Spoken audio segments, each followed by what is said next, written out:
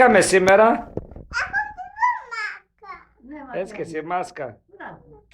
Για να δούμε η γιαγιά πώς είναι. Τι έχεις να πεις μάνα. Να είσαι καλά και του χρόνια. Και χρόνια πολλά στον πατέρα σου. Τι έχουμε σήμερα. Σήμερα έχουμε γιορτή.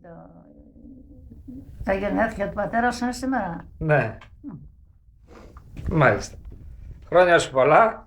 Να είστε καλά, ό,τι επιθυμείτε. Θα καταστήσεις. Να χαιρόμαστε. Εσύ τι έχεις να πεις. Εσύ, σου μιλάει η Αλεξία, ο μπαμπάς. Για πες το τραγουδάκι για τον παππού.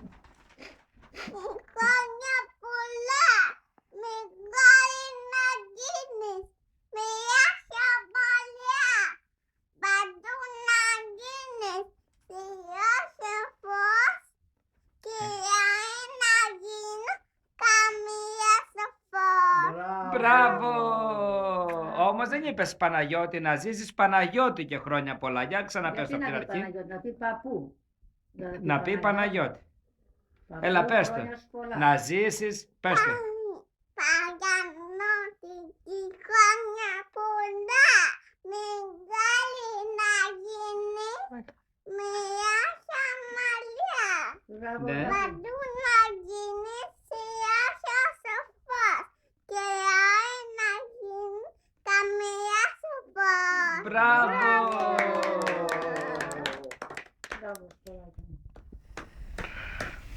Πολλά και καλά σου, μπράβο. Χρόνια σου πολλά. Να είστε καλά. Κάτσε όχι. Ωραία. Σήκω κύριε Κατερίνη. Γεια σου, παρά, δεν μπορώ να έχουν κι άλλα. δεν μας